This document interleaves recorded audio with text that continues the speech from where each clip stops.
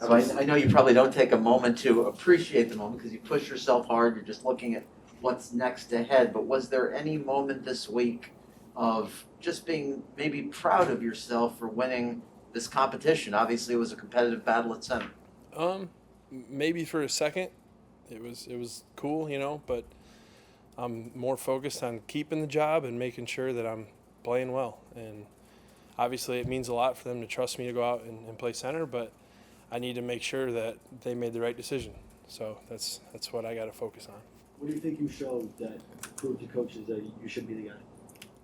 I tried to, work hard every day and make sure I was on my assignment and make sure I was communicating well because, at center, you want to make sure you're communicating well, getting everything dialed up front, and then just competing and working hard to help this team win. And I guess I did that.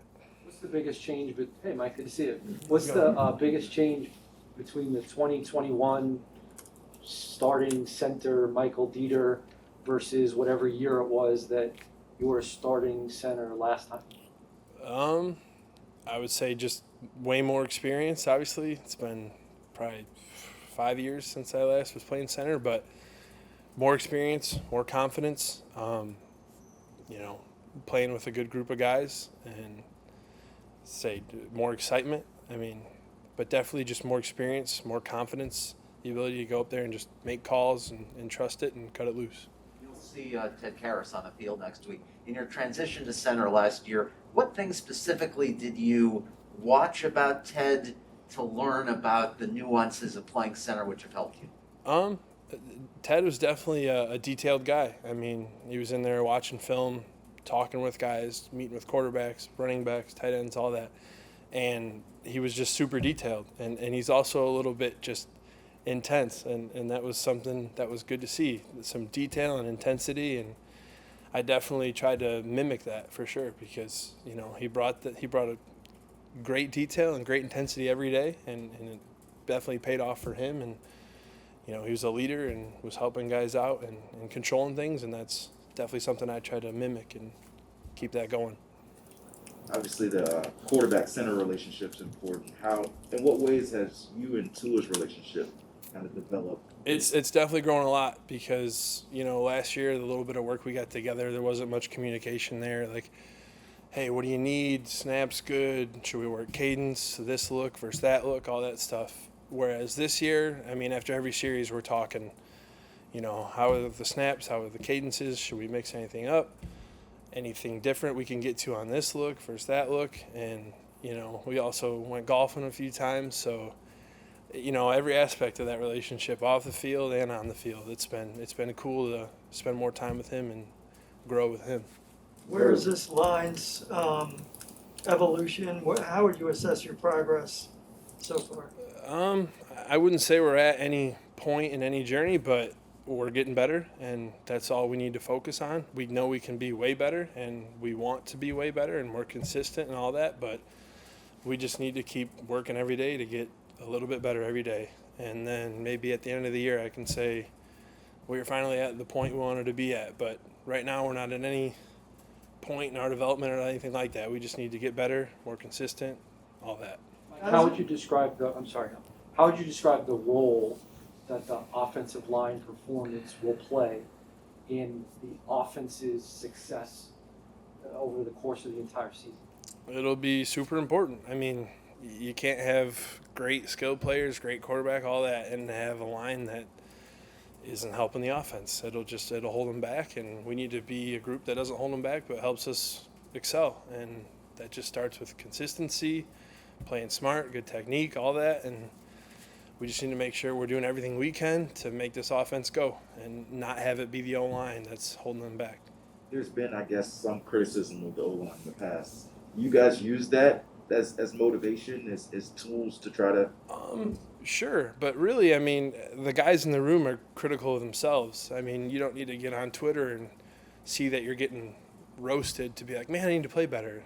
It's watching the tape and understanding and, listening to your coaches. Hey, this is what we need to do better. This is what was bad. This is what needs to be better. All that stuff. And that's the good criticism that you get from your coaches, that you get from watching your tape and just learning from it. But, you definitely don't need to get all mad about something going on the internet to think, I need to play better because someone was talking crap about me. Said you played a little golf with Tua. How'd you shoot it out there? I didn't play very well, and he just started playing this summer, so we both looked a little brutal out there, but it was a good time. We can get a lot better there too, for sure. It seems like golf's been a common theme. Solomon was talking about you guys maybe had some top golf. Top sessions, golf, and yeah. He said he wasn't very good out there too. So He struggles. We all need to get better at a lot of things, for sure. Our golf swing. who are better golfers then? Reed is a good golfer. Jesse's coming along. Some days I'm not half bad. Some days every 10th shot is pretty, but Jason is a great golfer. He's definitely the best, for sure. It's often the backup quarterbacks and the kickers. That Yeah, are makes sense. It makes sense. Did you ever get to skate with the Florida Panthers? No, and I want to, so that'd be cool. Off season, yeah. I'll just come sit in the corner and dish out pucks if they need me to. Michael, do you remember at what point you were told by Lem that you would get first team snaps? Because we've seen you obviously throughout the offseason, throughout training camp. I imagine when they signed Matt Skura, you might have wondered, okay, will I be competing with him? What was the point where he first told you, you're our guy for now, at least getting first team opportunities? There really never was a point where it was like, hey, you're the guy or anything like that. It was you, Matt, and Cam are all going to get reps with each group, and it'll all shake out from there. And I interpreted that as you're getting a chance. So, but you all are. So it was never you're gonna start here and we'll see how it goes. It was all you're all gonna get work with every group, and we'll just go from there. What's the biggest difference, I guess, for you shifting from guard to center? It's definitely just mental. I mean, I'm doing a lot more talking. I mean, you have to see defenses at guard, but now I have to look at a lot more, and I'm getting all the calls out, and things are adjusting on the fly, and all this other stuff. And I would say mentally, it's a lot more mentally, but physically, sometimes it's almost a little easier. But mentally, it's a lot more just getting guys right. Sometimes guard, I'd be looking at Dan Kilgore, going, what do we got? And now I'm the center where the guards are wondering what I'm about to say. So that. At what point did you start to feel pretty good about your chances to be the center? I don't know. I always felt good about my chances if I was getting opportunities. I would say all camp I felt okay about it, and I was just worried about playing good and making sure that I got the same opportunities the next day, and if I didn't want to, waste it. We've heard a little about Tua's cadence, maybe getting stronger. Do you have to get your voice stronger to kind of? For sure. I'm definitely not a loud, yelly guy, so I mean, especially when we're at away games and it's gonna be loud and guys are looking down the line wondering what the call is, I gotta get loud and freaking get some bass to me.